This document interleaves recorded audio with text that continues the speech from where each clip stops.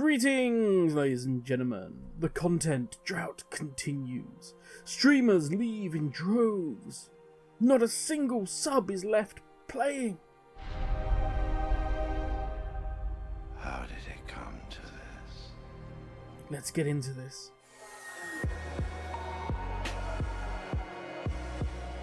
Now, first up, 100%. No.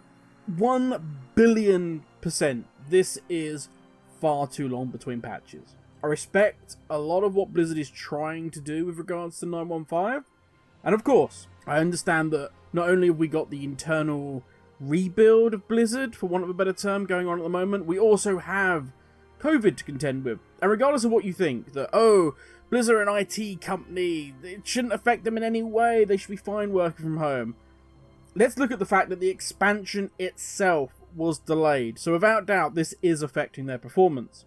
And also, no matter how worthy Blizzard staff believe it is to remove references to Ace Ventura from the game, that still requires meetings. It still needs management to sign it off, all taking time away from a patch that is desperately needed. Now, I've said in the previous video, I'm all for the changes, go for it. If that's what Blizzard need to move on, I'm fine with it. But when we're also sat here as players, desperately waiting for this content to drop, and we're waiting for this patch, at least from an optics point of view, it looks like you are fiddling while Rome burns. That's not a good look right now.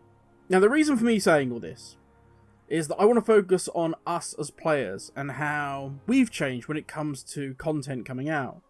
But to do that without acknowledging the huge failings of Blizzard would be unfair to us as a community.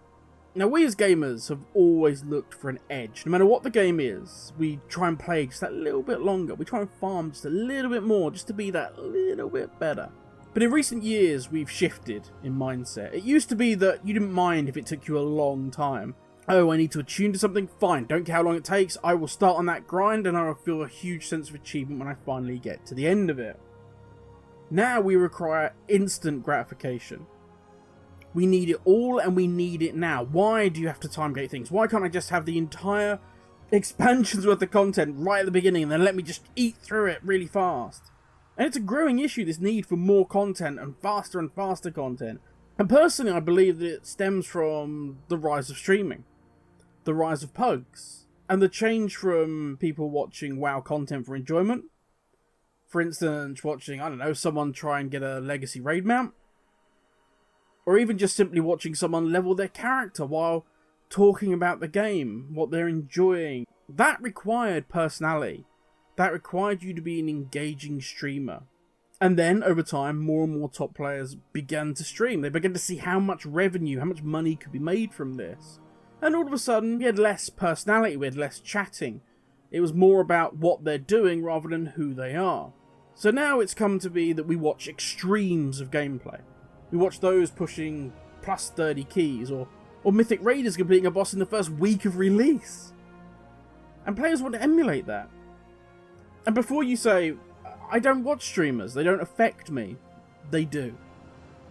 Because those that follow them, these ideas, they bleed into the rest of the player base. Think about gear score in Wrath of the Lich King. If you were part of a guild, which many players were, the majority were in guilds, it didn't really... Gear score was something you didn't even know about. You were just doing your thing in guild, and it was all good. But as soon as you stepped foot into that pug world, what's your gear score? What's your gear score? You had people putting on the wrong trinkets purely because the gear score was higher. And we have this now, but juiced up on shark testosterone. It's crazy. And of course, then you have those that always want to be invited. They want to make sure they've got that easy pug invite. So they will swap to suit whatever it is that the meta desires. And so that tide grows until you are being declined from a +5 with your 230 eye level BM hunter. The mindset is, I need every possible edge to be the best in my pug life.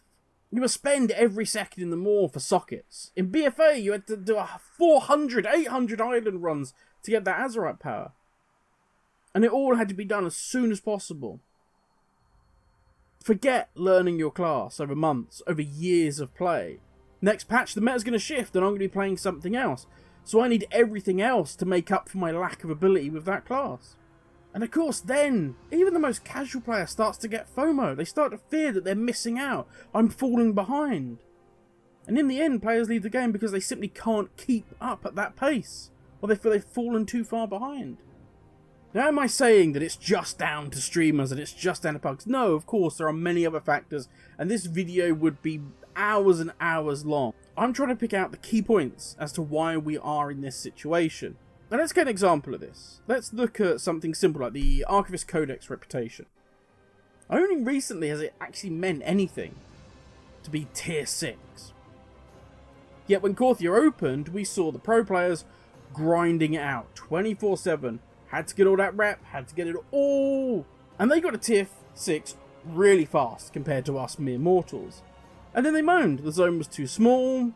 They moaned it was just a sandbox, there wasn't really anything to do once you'd maxed all the reps out, which you weren't supposed to do that quickly. So of course then the cry goes out, oh god, we're in a drought, we need a new patch, please. And that spreads like wildfire, and all of a sudden everybody's screaming, there's nothing to do, there's no content, Korthia's, oh god, what's happening? Where is your god now? But it's only been completed by 15% of the profiles on Wowhead. Now granted, that's not a 100% definitive way to work out the amount of players that have done it, but it's still a good rough guide, I think. By comparison, 91% of profiles are completed into the Maw, the achievement for starting Shadowlands. Now without doubt, Blizz needs to look and see why it's not being completed. That's for them to do. Is it too hard? Is it too boring? Is it perfectly designed from their point of view, in terms of they don't want players to gain reps super fast? That's why people haven't got the Korthia Codex achievement. But considering so many players have left, and it appears they didn't even get to the end of current content, what happened? You can't blame a content drought for leaving if you never completed the content. There must be other reasons. You wanted to play something else, you didn't find it fun, and so on. All things that can be looked at and changed, but shouting, oh my god, drought, when you haven't even finished the content, just because you're parroting what somebody else has said, doesn't help the game grow. Now, I'm a casual player in terms of content I do within World of Warcraft. I heroic raid, and I do M+ with my friends. But in terms of time I can invest into WoW, I'm very much a hardcore player. I have 12 max level characters, 90% of them are above 200 item level. I've done the rep grind many times, so all my profession characters can make eye level 200 gear. They can all do their memories so they can upgrade legendaries. But I have never done a grind I did not enjoy. The idea of doing them all 24/7 back at launch was something that I knew would break me. It would stop me playing the game. I'd just walk away. I had a couple of mates that went all in, grinding like pros. They didn't mythic raid, they didn't do PvP at a high level, and they weren't really that much into M+ at the time. But that was how they were geared, that's how they were focused, is that's what you had to do. Because that's what they'd been taught, you must go all in.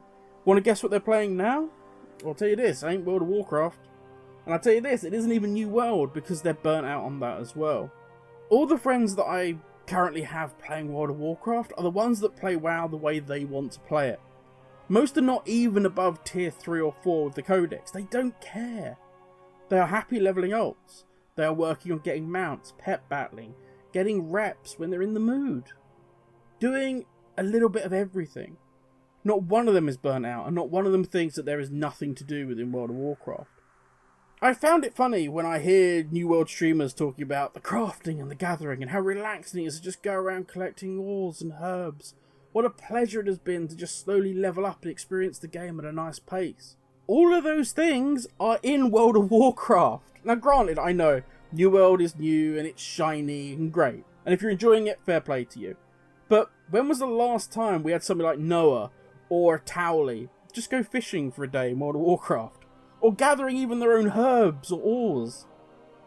We now have guilds that spend millions on pots. There's no need for gathering. Because of course that's not an efficient use of these super experienced, top-of-the-line players. Oh, they want to have a slow, enjoyable leveling experience? Well, you can't. You need to multi-box your characters so that you have enough ready for split raiding. Everything is geared towards a small amount of time at the very start of a content drop. We're never going to get one of them going, do you know what guys, today I really need to do some herbing. I need to make some pots for next week's push. Plus, I need to make some gold on the side, so we're going to have a slow one today. It's a nice chill Friday. We're just going to do some do some herb farming, and we're going to have some bants while we do it.